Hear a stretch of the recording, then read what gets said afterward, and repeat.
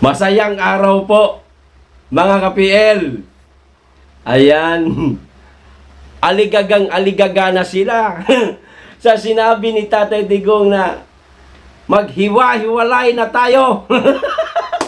Dito nga sa Republic of Mindanao na mainit na pinag-uusapan at pinagtatalunan ng ating mga kababayan sa social media. Abay, mariin po nilang tinutulan, mga ka-PL, ni hindi pa man din po ito umuusad. Para sa akin, yung sinabi ni Tatay Digong, saywar lang yun eh. Pang-aasar, ganon. Kwento-kwento lang, para ganon lang. Nabanggit niya lang bigla. Wala man talaga yung sa plano niya. Pero sila, natataranta na. Basahin ko po itong press release po mula sa National Security Council. Pero bago ko po ito simulan, makikisuyo lang po sa mga ka-DDS natin na hindi pa po nakasubscribe. Baka naman at paki-click nyo na rin po ang notification bell para updated sa lahat ng upload, at huwag nyo pong kalimutan, i-like nyo na rin po ang video. Maraming salamat po. Makikisuyo lang. Ito po yung press release nila, mga ka-PL. Napakahaba, pero hindi ko na po babasahin lahat. Dito lang po tayo sa itaas at maiintindihan naman po natin ang ibig sabihin nila. Ito po ang sabi. A statement of the National Security Advisor, Secretary Eduardo M. Anyo. In light of recent calls to separate Mindanao from the rest of the Philippines, we underscore the importance of national unity, security, and stability. Ito pa. We emphasize that calls for the divisions of our country only to serve to undermine our collective progress and prosperity. The strength of our country lies in our unity, and any attempt to sow division must be rejected, mga ka-PL, by all sectors unequivocally. Ayan, nakuhanan po ako ng pansin dito sa attempt to sow. At sa iba pa. Pero dito talaga ako nawala. Ayan.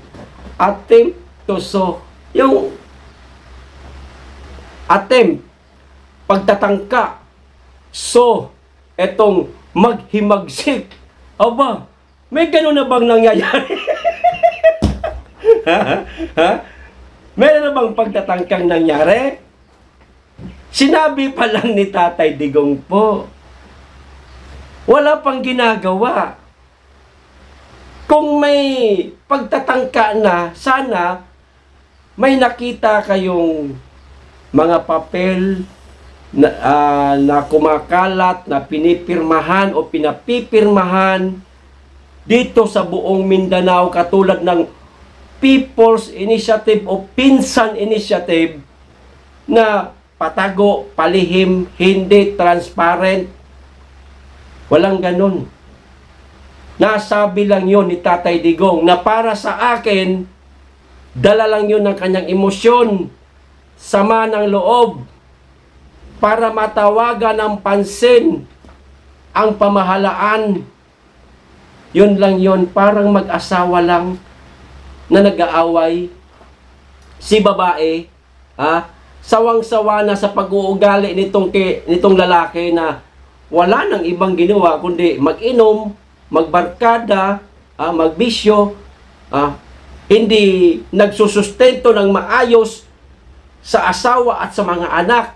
Natural sasabihin ng asawang babae, wala ka nang magandang ginawa sa buhay mo. Maghiwalay na tayo. Ganon lang yun. Masyado naman po kayo madamdamin. Nasabi lang yun ni Tatay Digong dahil sa nadudun pa siya sa emosyon ng mga araw na yon sa prayer rally. Yan. At kapag itong si Mister nagbago, tumigil sa bisyo na hindi na magbangag-bangag. Wag na mag-alak. Yan. Susuyuin ngayon si Mrs. Susustentuhan na sila ng kanilang mga anak. Babalik ang tiwala ni Mrs. dito kay Mister. So magkakaayos po ulit sila. Yun lang yun ang ibig sabihin ni Tatay Digong. Ayon po sa aking pag-aanalisa. Di ho ba? Ay kung si Mister, panay ang adik.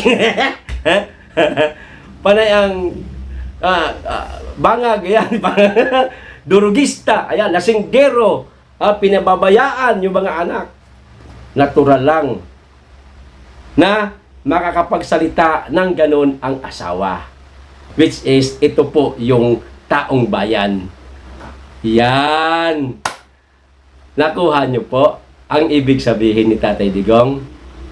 Wala pa pong pagtatangka at walang paghihimagsik na nangyayari. Wala. Naglabas lang ng sama ng loob si Tatay Digong. Wake up call po ito sa'yo, Mr. Bangag. Okay? Kaya wag niyo pong pinapalabas na para bagang may nangyayari na. May kumakalat ng mga papel na parang People's Initiative na pumipirma kaming mga taga Mindanao. Wala hong ganun. Okay? Hanggang sa ngayon, kinikilala naming mga taga Mindanao na presidente si Bongbong Marcos. Bagamat nadismaya kami at nagpahayag na hindi na suportado ang kanyang alam niyo na yun, di ba? Ganun lang yun. Ayos, maliwanag, walang ganun po. Hindi pa po na nangyayari. Okay? Dito na po tayo sa pangalawang pag-usapan po natin, mga ka-PL. Etong sinabi po ni Attorney Harry Roque, kagabi pa po ito, napanood ko na sa kanyang vlog, live, sa kanyang Facebook at saka sa kanyang YouTube. Di umano, tinawagan siya nung isang araw ni Tatay Digong na ang sabi sa kanya Attorney, anumang araw, anumang oras, aarestuhin na nila ako. O maaari na nila akong arestuhin di umano, ayon kay Tatay Digong. Ngayon, kung hindi ako nagkakamali, lumipad yata si Harry Roque pa Davao. Ayan, at inalam niya ang mga kaganapan dito sa Davao. Nalaman niya po na di umano nagpunta dito sa damin sa Davao, sa Mindanao, si General Browner na ang TF Davao, itong Task Force Davao po na binuo ni Tatay Digong para kontra sa terorismo dito sa Mindanao, pinabubuwag di umano ni General Browner. At ayon na rin sa mga nakuha o nakalap na impormasyon ni Attorney Harry Roque, parang ganun nga po ang mangyayari.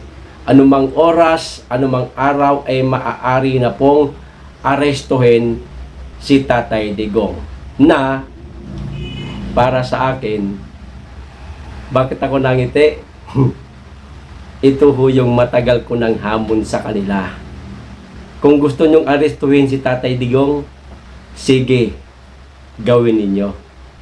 Arestuhin ninyo nang magkaalaman na. Anong ibig mong sabihin, PL? Nang malaman natin kung ano ang susunod na hakbang ni Tatay Digong. Yun lang yun. Hindi po paghihimagsik. Hindi pagmamatapang. Hindi ibig sabihin lalaban kaming mga taga Mindanao. Walang ganon, ha? Nililinaw ko lang po, ha? Ang ibig ko lang sabihin, hindi kasi natin alam kung ano ang susunod na gagawing hakbang ni Tatay Digong kung siya matuluyan ngang maaresto. Okay? Excited na ba kayong mapanood? Ha? Mga ka-PL, mga ka-DDS, mga kababayan, ang alin yun, PL? Abangan ang susunod na kabanata. Ayos! Hanggang dito lang po. Maraming salamat po sa inyo lahat. Mag-iingat kayo lagi. Higit sa lahat, mahalin po natin ang Pilipinas. Be blessed.